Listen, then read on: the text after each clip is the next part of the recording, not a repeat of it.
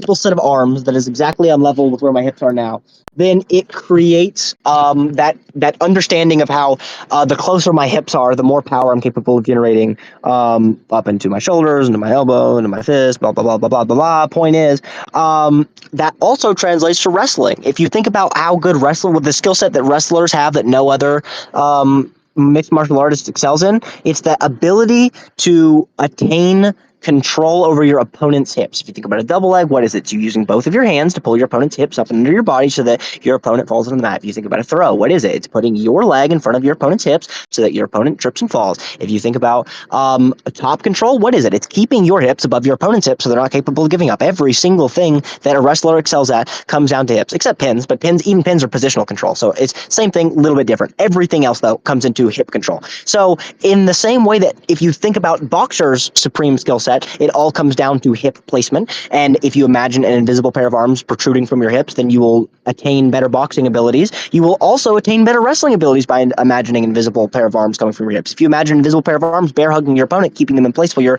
sitting on top of them, or while you're going for a double leg, you imagine that invisible pair of arms at your hips coming closer and closer, trying to body lock around their legs, then what that's going to do is that's going to bring your hips in and up. That's going to make you drive in farther and farther and farther, which is going to give you more extension on your double leg. It's going to give you more range, more power, more drive to knock your opponent over. And so every single thing that is in wrestling comes into imagining yourself with another invisible pair of arms. I never did that before today, but now that I understand that everything that I was good at, everything that I excelled at in wrestling could all be boiled down to that one fundamental discovery. I understand that everything in boxing can be boiled down to that one fundamental discovery. I understand that if you imagine this invisible set of arms propping you up while you're striking, then you get an Alex Pereira-like striking. If you imagine that you have four sets of arms, if you imagine a kangaroo with another set of arms protruding from its hips, and you imagine those arms reaching out forward and placing it, stabilizing it on the ground, and you imagine another set of arms or legs reaching behind it and stabilizing it on the ground, sort of like a four-legged spider, where each one is going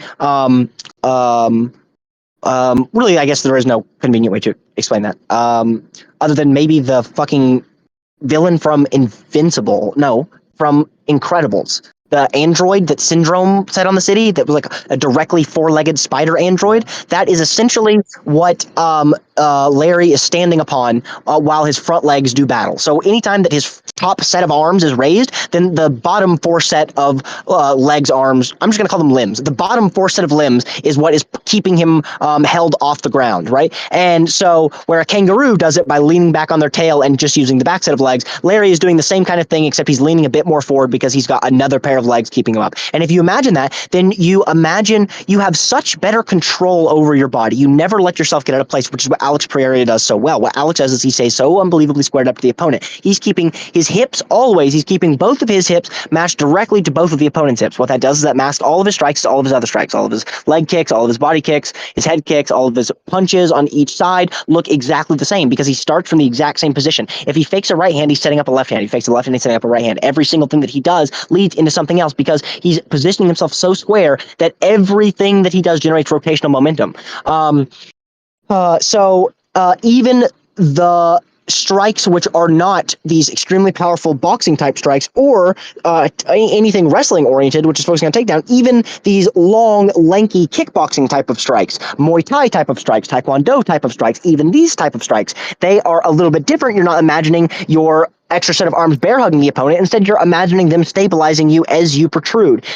So what that actually manifests as, if you want to understand it from a human biological perspective, it looks like as I'm throwing my left kick, my right knee extends in the opposite direction. So if I want to throw a left body kick, my right big toe is going to point as is in the exact like the way my big toe is pointing is exactly where I want my shin to land, if you understand what I'm saying. My right big toe should be facing the exact direction that I want my leg to be flying in like a baseball bat. So, if I'm trying to take out the left side of your body with a left kick, then I want my right toe to be pointing as far as possible to the right without pointing behind me. Do you kind of see what I'm saying? I feel like I explained it a little poorly.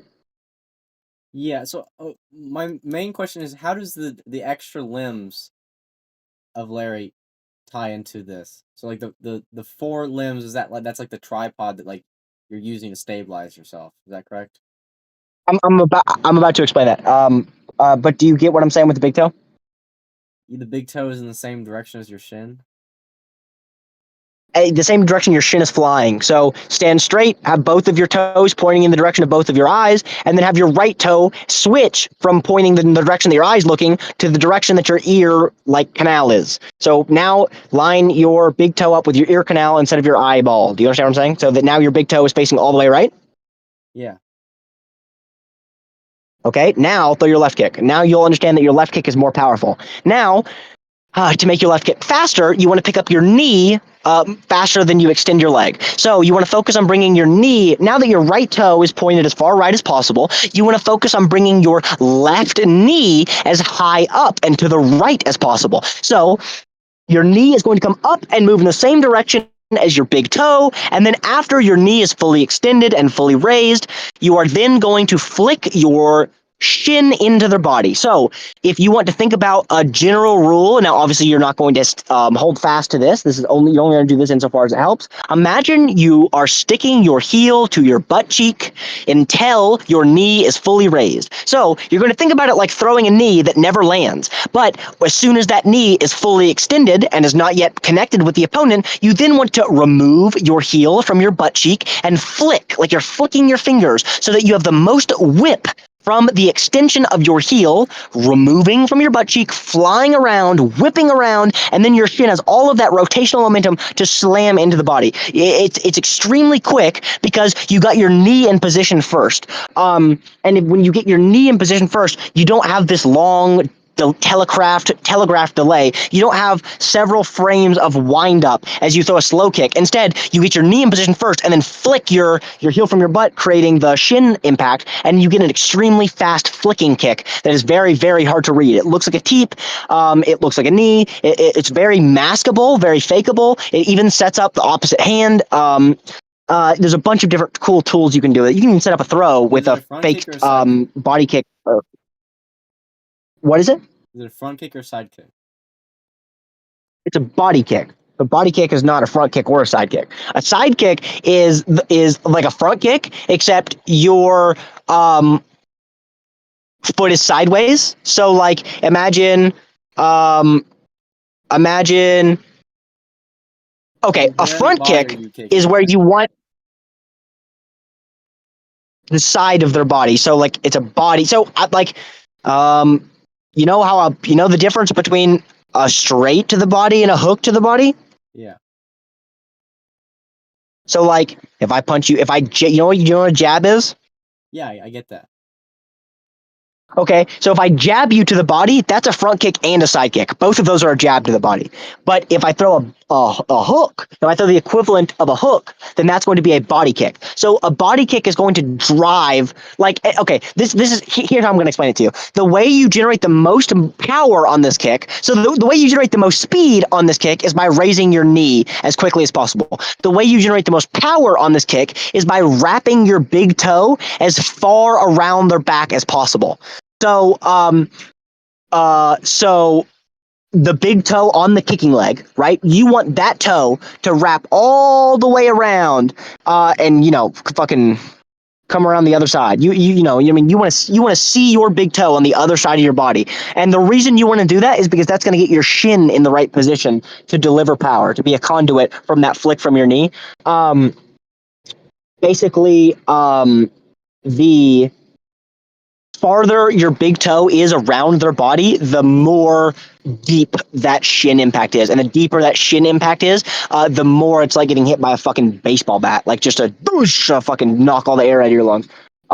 So the goal isn't to throw the most powerful kick. Like you're not like the Thai guys are, where they're like trying to throw it as long and powerful and slow and like a fucking sledgehammer, right? You're not trying to throw it like a sledgehammer. You're trying to throw it like a whip, just like Alex Pereira's leg kicks, right? Where it's not about this slow moving block breaking destructor. It's about whipping it right into the most vital parts of their body before they could even block.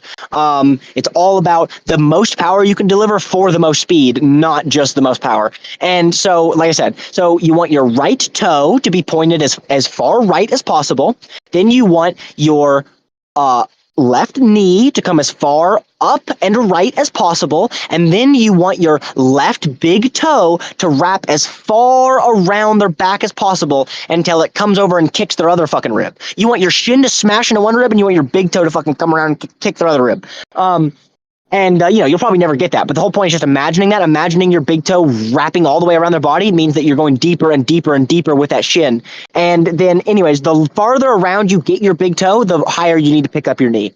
That's a pretty complicated, high-level maneuver, but you'd get that if you just spent 15 minutes drilling that particular thing. It's a little confusing intuitively, though. Point is, the way that there were two different ways that Larry made me perfectly understand the best body kick. Well, three actually. One is by imagining the way that his feet or hands work, the way that the end of his limbs work, is they are like he's got. Imagine if your arm ended in your wrist, right, and you didn't have a hand. Instead of having a hand, you had three fingers on your left side and three fingers on the right side of your wrist, like a spider, right? And so now imagine that's your foot too, okay? And so imagine that you're trying to put your foot behind you to stabilize yourself. And so you're putting your foot down, except it's not a foot, it's a spider of big long fingers with spikes on the end. So it's like weird malleable cleats which you control.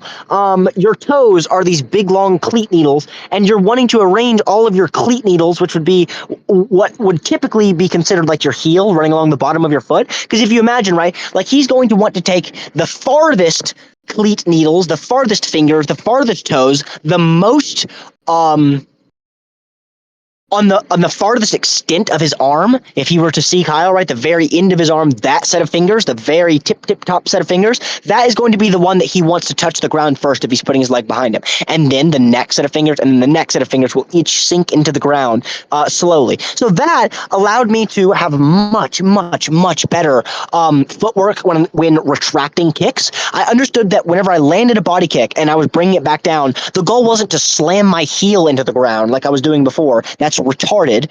You're destroying your back every time you fucking kick and then bring your heel down as hard as possible, like you're curb stomping a police officer. You're literally, it's like the equivalent of eating sand for your teeth. It's brutal. So what you should do instead is bring all of your toes to like the I don't know what to call them, toe knuckles, like the fucking, like if you think about your knuckles for your fingers, whatever the equivalent of that is for your toes, that's what you want to touch the ground first, and then then your heel is going to slowly lower after that, as if you had these big cleat needles slowing your descent. And you want to like actively think about that. You want to actively think about imagining that you have cleat needles so that your heel does not stomp into the ground. When you imagine that you have cleat needles, then your toe knuckles are the first thing to make impact with the ground, and then you slowly hydraulically compress your heel to the ground afterwards, setting up the opposite side kick or same side kick if you then rotate your toes. Depending on which side of your toes that you rotate all the way out, that depends on what the next kick you're setting up is. If you watch that video on Snapchat right now, you'll see that when I'm throwing two kicks on the same side, you can watch what my toes are doing to expect that. Obviously, no one in an actual match can do that, but you can watch my footwork to learn how I'm kicking. You can see that when I know I'm about to throw two body kicks on the same side, then I keep if I'm about to throw two right body kicks, then I keep my left toes extended as possible. But if I'm about to throw a right body kick into a left body kick, then you'll see me switch from my left toes being as far as possible to my right toes being as far as possible. So you can watch my footwork and see which kick I'm about to set up, even though my opponent couldn't, which is pretty interesting. So first of all, you've got the cleat needles. The cleat needles slow your descent. They help your back as you retract kicks. Then you imagine those same needles, those weird finger needles, right? You imagine wanting to smash those into your opponent's spine. So this is the equivalent, this is the Larry equivalent of wanting to wrap your big toe all the way around the body. The reason I came up with the discovery of wanting to wrap your big toe all the way around the body is because I imagined the cleat needles smashing into the spine. Because if you imagine the individual joints being the most important part of each individual king mantis, then you understand that the goal whenever they're fighting is to be doing these big, long, slapping round hooks that go all the way and wrap around the opponent's back so that you can take out one of their joints. If you can get your finger needles buried deep into one of your opponent's joints, underneath the armor plating, underneath those blades beads which come back and cover each joint, right? Then you can paralyze them, and you can take out that part of their body, which is a massive, massive advantage until they can regrow. Which if you get poison in there, then they're taken out for like hours. That they're paralyzed in that position for hours. All of the combat between king mantises is about taking out joints. And if all of the combat's about taking joints, and the joints are running along the back and the snout and all of these positions where the whole point of the king mantis's build is to keep the joints away from damage behind all of the front-facing stuff, then the whole king mantis battle is going to be a process of attempting to wing your hand up and around and slap back so that one of your sets of needles ends up in one of your opponent's joints. And when you imagine that, then you imagine it's the same thing as imagining the big toe wrapping around the opponent's body. Because if you're trying to if you're trying to get the top of your, if you imagine having a bunch of knives taped to the top of your foot, right? Like you can stand straight up, and then when you stand straight up, there's like 3 fucking sets of knives all taped facing up towards your knee, right, directly up. And so whenever you kick, you are wanting to think not about sinking those knives into the rib cage, but about wrapping those knives so far around that they pierce their spine. You're thinking about having a bunch of knives taped facing straight up so that whenever you kick, your shin hits their ribs, hits their soft, gooey organs, and smashes into them like a baseball bat. And then simultaneously, these imaginary knives that are taped to your foot wrap around and pierce your opponent's spine. And like I said, the reason you're doing that is not because you actually have knives taped to your feet. The reason you're doing that is because you want your shin to make as deep, digging, clattering, brutalizing impact on those weak organs as possible.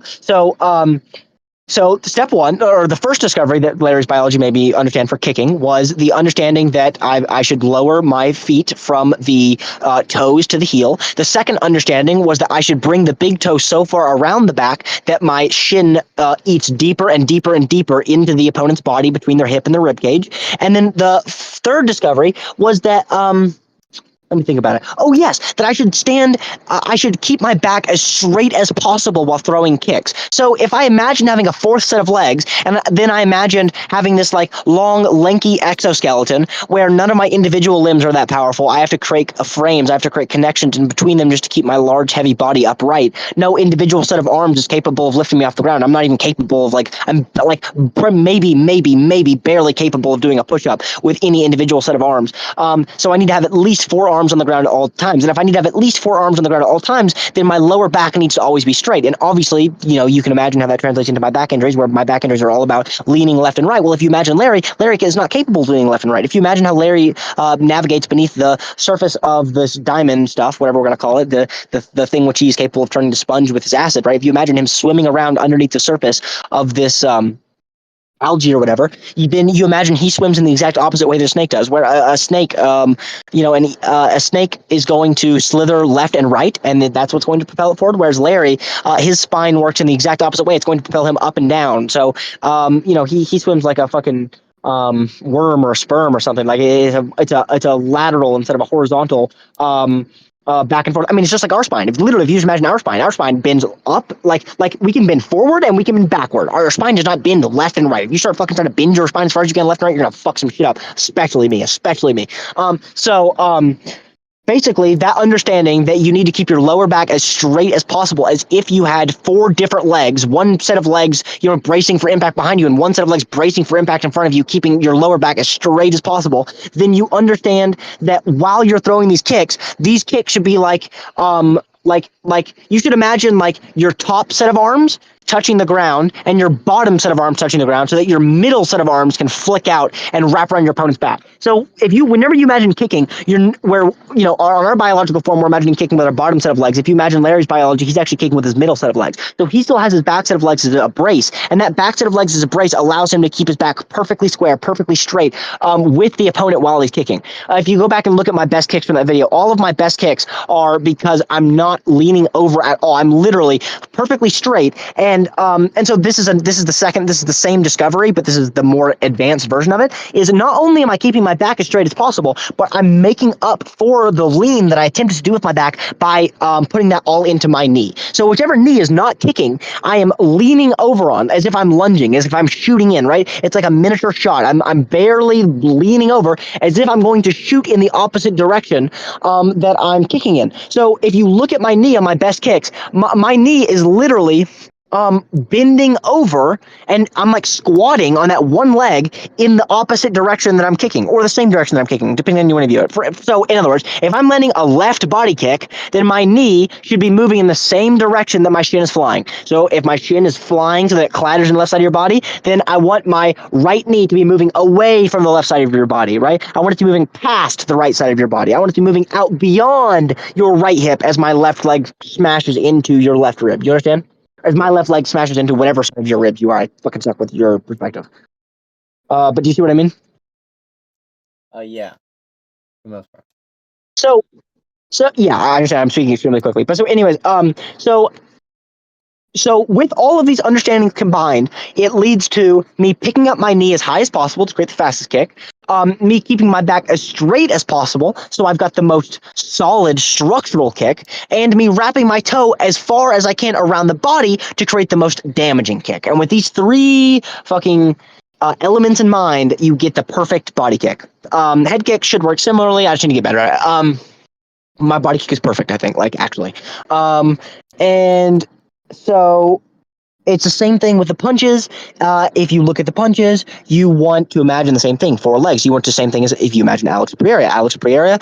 So this was the same. So basically, every time I imagine I'm Larry, what I suddenly understand is that my knees and my elbows move farther out from my body. And as my knees and my elbows move farther out from my body, my spine is less responsible for left and right movement, and then begins to only be responsible for the forward and backward movement, which is what it likes, right? That's what it's actually capable of handling. Well, the point of the back is to handle the movement which runs up and down it, and then to disperse it by either leaning backwards or leaning forwards, not to lean left or right. And so what I was doing before is I was putting all of that strain on muscles called the multifidi. The multifidi are the muscles which run directly up the left and the right of your back. I was overextending my multifidi massively. I was using them far, far too much because I was under the impression that I couldn't lean in any direction. I had to be perfectly straight at all times. And now I understand it's not that I need to be perfectly straight at all times. It's that to the degree which I am not straight, my knees and my elbows must make up for it. This is so fucking important. It's unbelievable. This is literally the cure to my back problems. This is why I'm capable of fucking hitting the punching bag and kicking the punching bag for 3 hours a day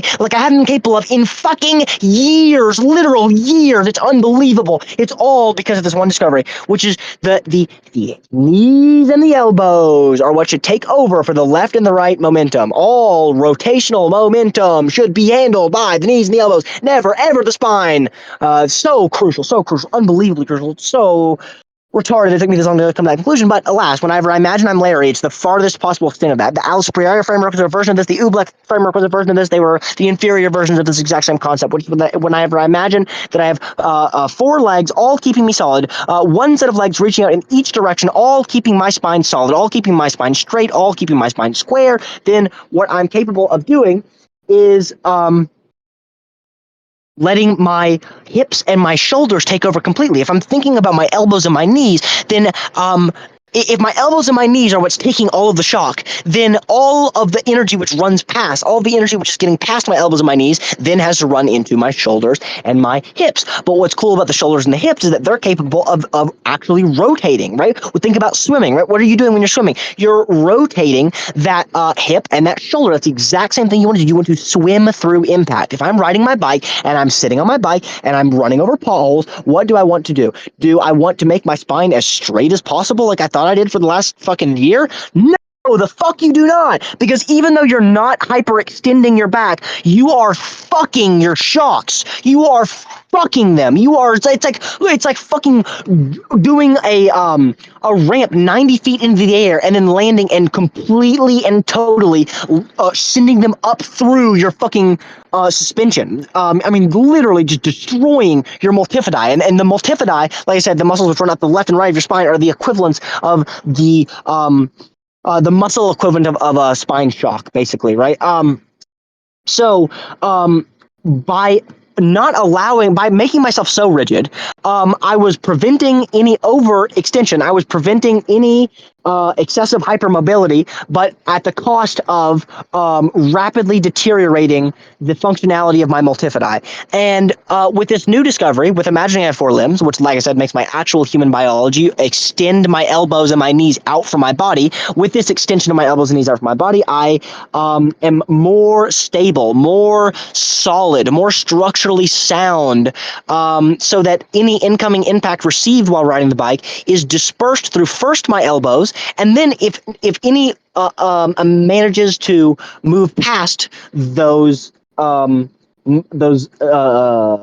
like security points, those walls, those fences, then they still have to make it through the hips and the shoulders, and that is what I was just talking about swimming for. You're capable of like literally swimming from, if you move your left shoulder forward, you move your right shoulder back. If you're moving your right shoulder back, you move your left hip forward. If you're moving your left hip forward, you're moving your right hip back. It's like they're all opposites, and you have to understand their connection to each other. It's not even just opposites, like I used to understand with free area. You can do same side connections, opposite connections, but you always have to be making connections, and each hip is connected to every other hip and shoulder. It's one continuous grid. And like I've said multiple times now, you need like a Dr. Octavius fucking forearm backpack that is those connections between your elbows and your knees. You need to imagine that as like a fucking mech suit, a goddamn like Hulkbuster suit, which is like boosting your not just your punches and your kicks, but even your walking and your dispersing of impact on a bike, and your opening the fridge and picking up something off the ground, and just every little thing, opening up like a doorknob, all of these things which I used to do by getting so rigid, so straight. Now I'm capable of instead moving out my knees, moving out my elbows, and ripping with my whole body. My entire body it opens the door instead of only my multifidi. So where before I was so concerned about not overextending the hypermobile back that I was only utilizing destroying the limited use of my multifidi, you know what I mean? Completely obliterating those muscles in my back, being so worried about using the back joints that I'm ruining the muscles surrounding the back joints.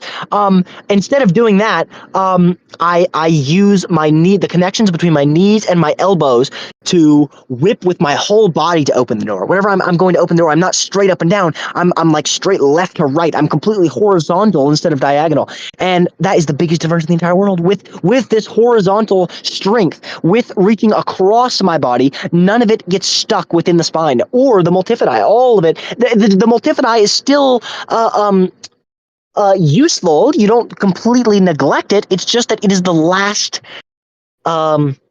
hope, the last step, the last. I'm sure there's a specific phrase here that's like the thing that you only use at the last possible moment, right? Your sort of emergency option, and so you don't ever want to Saving use your grace. multifidi or your spine. What is it? Saving grace.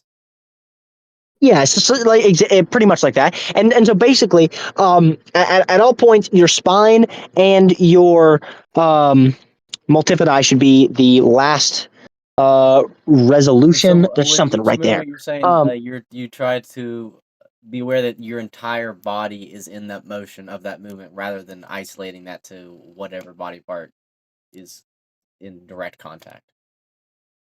yes, somehow by imagining an extra pair of legs, it makes me so much more aware of the connection between my elbows and my knees. By imagining an invisible pair of legs extending from my hips, it somehow always makes me more aware of my human connection between my knees and my elbows, and the understanding that the more that I bring them out away from my spine, the less things go into my spine. Somehow those are the same understanding. It's super weird, super interesting. Um, So what should I so that's practice what I did today. on the heavy back? Just practice literally imagining you're Larry. Literally imagine you're fighting like Larry. Do not imagine that you're fighting in the UFC. Do not imagine you're fighting fucking Pyrion. Imagine that you're fighting another Kang Mantis. And imagine that you're trying to whip your spikes all the way into the spine. Imagine whenever you punch that you are trying to whip your spikes into one of their quote unquote eyes, right? One of those big spikes that are on the head. Like you imagine fighting just like Larry would, and all of a sudden all of your real human strikes become better. I mean, it's the most bizarre thing I've ever experienced in my entire life. Like I'm telling you, somehow every aspect of his biology perfectly complements every This aspect of is human where we biology when fighting. redeem our Whenever miserable you imagine lives. landing the best punch, you should imagine. This is what I was learning from Alex Pereira the whole time. Well, the best punch is the punch which is most in line with your elbow, right? Because the punch which is most in line with your elbow is most capable of utilizing the muscles in your shoulders and back, and the muscles in back connect to the hips and the legs, and if you can make a connection all the way across your body like an X between your opposite leg and opposite arm, and then make your fist, instead of being the conduit for your biceps energy, you make it the concept for every single muscle between your elbow and your toes, then you have a lot more momentum, which is generated a lot less auspiciously. That's why Alex Pereira can look like he's hitting people with a semi truck, and yet most people can watch it and be like, I don't understand. It looks like he's hitting him with a pillow hand. It literally doesn't even look like he's landing. And the reason that is because most people are thinking about it like a boxing strike. Most people are thinking about it like, I don't see his arm generating power. You're right. His arm isn't generating power. It's because his arm is only the conduit for the rest of his body's power. That's why it looks so quick. If you were watching from his toes, you would understand that it isn't quick at all. Actually, it's massively telegraphed. The issue is you can't be watching his toes because you knock your fucking head off your shoulders. So, it's not telegraphed in a meaningful enough way for the opponent to take advantage of it, which is great. And so that same understanding from Alex Pereira, which is that the best possible punch is the punch which is connected to the elbow so that it can use the rest of the body's force. That is the same exact understanding that comes from imagining you fighting with spikes and trying to wrap around to the back of your opponent's head or the back of your opponent's spine. By always trying to imagine piercing through them and by trying to imagine destroying the joints. Like literally, whenever I kick now, whenever I'm kicking the heavy bag, I want my shin to hit the spine. Like so switch back to humans. If I'm not thinking about fighting a K Mantis and I'm thinking about fighting a human in the UFC, I want to literally imagine every time I throw a body kick, I want my shin to go all the way through and hit the spine. I don't want to be thinking about touching the liver. I don't want to be thinking about fucking up their guts. I don't want to be thinking about making them throw up. I want to be thinking about literally shattering one of the fucking joints in their spine every time I throw a body kick. And that is what happens whenever I think about being Larry. And it makes it where every kick has such snap intuitively. If you imagine trying to wrap around, if you imagine trying to take out one of these joints, if you imagine trying to pierce through and swing all the way around and collide, then you get this instant rotational snap, this understanding of this rubber band or like, just like a flick. If you imagine flicking your fingers, it's the same type of thing whenever you extend your heel from your butt into their body. It's the same type of thing whenever you're doing an overhand and you're bringing your elbow down as far and as fast as possible, so that your hand can, carry that traveling momentum. It's all the same thing. It's all of those things that Pereira teaches, which is staying square and aligning your fists and your feet with your knees and your elbows. All of that is the exact same lesson, which is taught by imagining you're fighting a King Mantis and needing to wrap all the way around and damage its spine. The Alex Pereira style and the King Mantis style are exactly the same thing. They're expressing the exact same fundamental truths about fighting.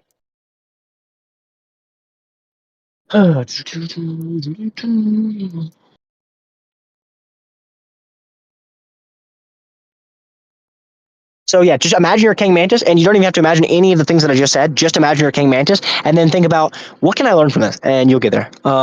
If you fuck around 15 minutes, yeah, failing 15 minutes is fine. I failed for the first 15 minutes, but then hour one, hour two, then all of a sudden you're gonna be like, what the fuck? For some reason, if I imagine I've got an invisible pair of legs, then then I suddenly understand how to get my knee higher without leaning over at my spine. If I imagine I have a front pair of legs stabilizing me as well as a pair of legs behind me, then I understand that I shouldn't lean over at my hips. I should keep my hips perfectly aligned with my shoulders while flicking my quote unquote middle set of arms or legs out around my opponent's spine, which means that my shin clatters against their spine, against their liver as hard as humanly possible. Now, instead of sometimes hitting these powerful kicks and other times just barely glancing off, every single kick is this kick that hits home, digs deep, pierces in between their ribs and their hips, digs so far into their internal organs that they're crippled. Every single one, no matter how fast it is, no matter how little I'm focusing on making it powerful, even though I'm not thinking about making a baseball bat, the whip, the flick from my cheekage into your body is so much flick, so much rotational momentum when combined with the raising of my knee, when paired with keeping my hips and my shoulders perfectly aligned, that I'm capable of generating this bizarre, unreadable, fast, powerful, deadly, piercing kick every single time, no matter how exhausted I am. I get perfect form, and it's not from thinking about, oh, I better have perfect form. It's from imagining I've got some weird fucking invisible pair of arms and crystal spikes on my body. It's retarded. Every elbow becomes better because if you imagine every elbow having like if you imagine all of your elbows having that extending armor piece beyond your elbow, so that you're not actually thinking about smashing the sharp part of your elbow, but you're thinking about smashing slightly below that because you want to cut as much of their face as possible after you clad the elbow, then all of a sudden your elbows get better. If you think about your knees as having a spike, which is coming out of them, that gets more and more exaggerated the more you bring your heel up to your buttocks, then all of a sudden you have significantly better knees. Instead of landing these weird glancing knees where you're landing with the side of your knee, if you're throwing a right knee, you land with the left side. If you throw a right knee, you land with the right side, so that it doesn't actually do any damage. Instead, by picking up that heel, by thinking about that giant spike exuding from your knee, now all of a sudden your knees dig deep up under the rib cage. You land these disgusting uppercutting knees, which look just like these fucking Thai experts, and it's all from imagining this invisible pair of legs. It's the most retarded thing in the entire world. I'm telling you, it's crazy. It's weird. It's baffling. Ryan just walked in. Tell him what you had just done for the last 3 hours. Or 4 hours. Well, this is going to make this is if Ryan is going to say you should get on antipsychotics immediately upon hearing this because he doesn't have any of the context. But in general, I created a sci-fi creature to go along with one of our religious stories, and for the last 3 hours, I've been focusing on imagining I am this creature, and it has somehow massively improved all of my mixed martial arts skills, which is the most weird connection I could have ever thought about making in a million years, because that's not why I created the creature. I didn't create the creature with the thought in mind of improving my mixed martial arts skills, but it's this creature which is like the combination between a kangaroo and a praying mantis. And because of this creature's focus on utilizing joints, if you imagine like an actual praying mantis, right, it's not capable of generating power without utilizing its entire body, because each of its individual limbs are so long and spindly. Its exoskeleton is so frail, if you view any of its pieces individually, that it's not capable of snapping any individual arm out to create damage. So it must utilize its entire body weight. It must use all of its 3 opposite legs and its 2 legs on the same side to push itself forward as it snaps that one arm that it's using as offense into its opponent. So in the same way that the praying mantis is an extremely long, lanky, non-muscly individual, that's how you need to imagine your striking. In the same way you imagine that creature's exoskeleton, if you imagine the combination between a praying mantis and a kangaroo, which is obviously more human sized, then you understand that you need to connect all of the joints in your entire body as you land every strike, which leads to the discoveries which are made in every individual combat sport. If you look at boxing, it's all about getting your hips and your feet as close to your opponent as possible, so that your hips and your feet can transfer momentum into your fist, because they have a giant cushion covering their hand. If you think about like what was the second example? Oh yeah, if you think about wrestling, every single thing in wrestling is all about gaining control over your opponent's hips. If you think about the mixture between a praying mantis and a kangaroo, then you understand that the control of your opponent's hips is all about the placement of your hips. So so imagine a kangaroo with like an extra set of arms where your hips come out, right? That's basically the way it's like a praying mantis and a kangaroo. It's like it's got the biology and weight of a kangaroo, but it's got the limb and exoskeleton. It doesn't actually have an exoskeleton, but it has an extremely weak internal skeleton with no muscle surrounding it. And so, anyways, this extreme focus on joints leads to an extreme focus on connection across the body, like I was just saying. And so, just like how boxing and wrestling emphasizes connection across the body, so does this imagining, and so does every other martial art. Like even like Taekwondo, a relatively niche martial art, that focuses on the ability to land fast kicks. The sport is set up so that a body kick is worth 1 point and a head kick is worth 3 points, and you're not actually supposed to get knockouts. It's actually discouraged, which is kind of fascinating. But what that leads to is it leads to people obviously being able to get extremely fast kicks. If you're rewarded for being able to land a head kick and your opponent knows that a head kick is worth 3 points and you're consistently landing body kicks, then what you need to be able to do is set up a sneaky head kick, a fast head kick, and a head kick that your opponent is not even capable of reading, so that they're not capable of blocking. And so people who do Taekwondo are not very good at mixed martial arts, but they're very, very good at kicking. They get lots of head kick knockouts, even though they suck at everything else, because the way a Taekwondo artist is used to fighting is so vulnerable to all of the other mixed martial arts. If you think about trying to land the fastest head kick and only focusing on landing the fastest head kick, then you understand that you're simultaneously putting yourself out of positions for takedowns, and leg kicks and being punched in the head, right? Because their rule set does not focus on that. They have specialized in a specific category, but they have also whatever the word for rusting over time is. They've like whenever you spend time in the Skyrim jail and your attribute points drop, right? They've got extremely low attribute points in everything except kicking, and every individual mixed martial art shows this exact same um thing on different levels. And the thing which each individual mixed martial art is preaching, whenever you understand it, is this connection between your body across your body. And instead of trying to focus on generating power with any individual limb, you focus on connecting all of your limbs and all of your joints into one frame, one structure to deliver power. And that somehow imagining yourself as the sci-fi creature is the perfect um, imaginary framework. It's like the perfect thing to think about while you're kicking and punching, which is just weird. Like I didn't make it for that. Yeah, that sounds cool. And Yeah, it's allowing whack. you hit the heavy bag for like 3 hours straight, which is what he's been doing. Oh yeah, yeah. Did it Well, improve technically, your stamina exactly or your power? so it was. What I was working on was delivering with the most power as possible. With it raining for the last 2 hours, so I was barefoot. I was literally standing in mud. I was sinking into mud. And I'm trying to land kicks.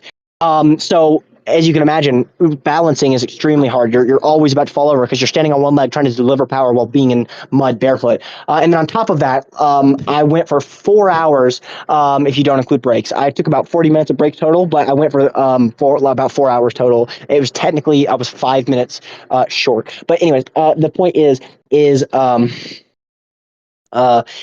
I went for 3 hours of total striking, and the point was to focus on complete exhaustion. So I wasn't trying to land like the best kick or the fastest kick, you know what I mean, the kick that is going to instantly obliterate my opponent, smash their block or anything. I was just imagining landing the kick that is the most powerful while also being the most structurally sound, while being exhausted and in horrific conditions.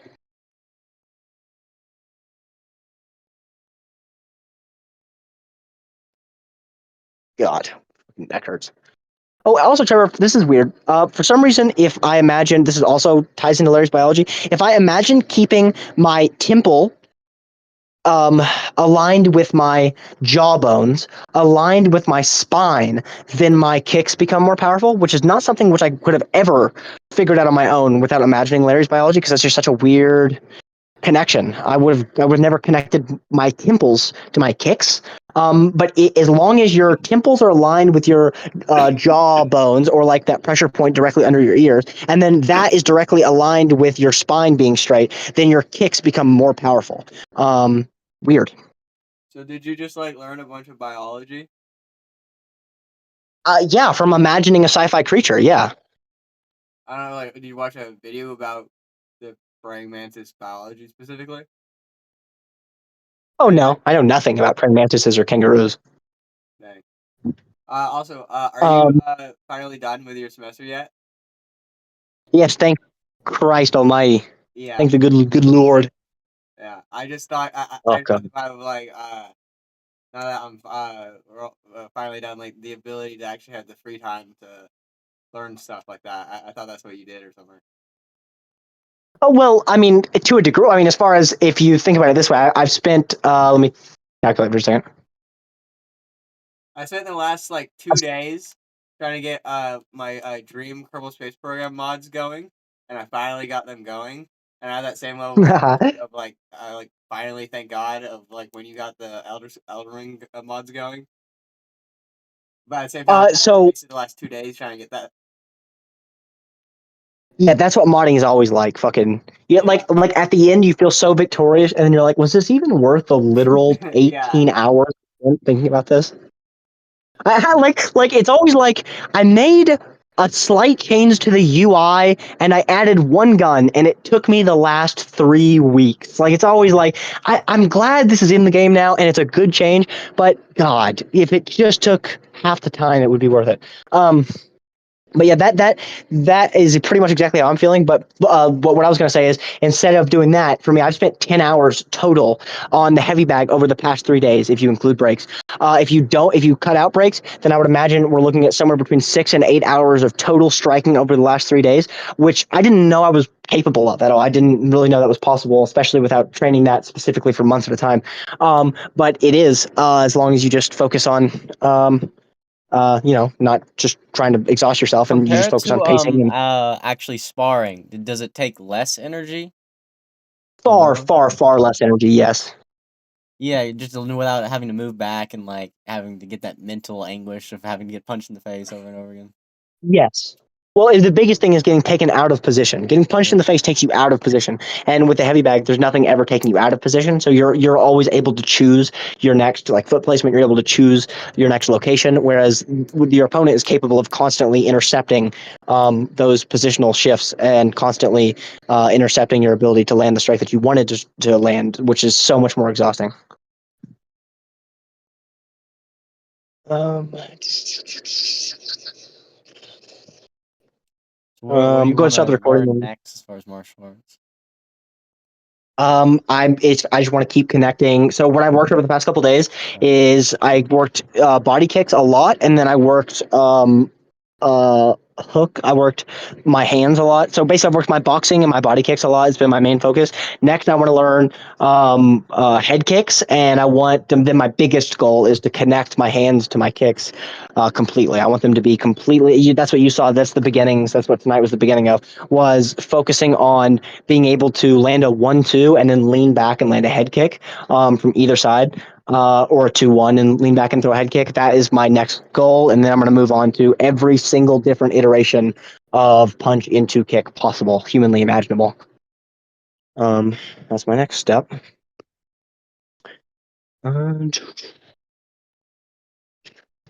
Also, I completely and totally solved takedown defense tonight, so that's cool. That was on Snapchat. That was before I ever even started sparring, so I also solved that part of mixed martial arts. As I'm going, And you saw takedown um, defense without being takedown, or like how did you do that? Or was it just the was choke? it? Is it just a what? Were you talking about the choke? Oh, you're glitching out a little bit. Also, did you stop and restart the recording anytime recently? No, this is the last 46 minutes I've been recording. Okay, go and stop and restart.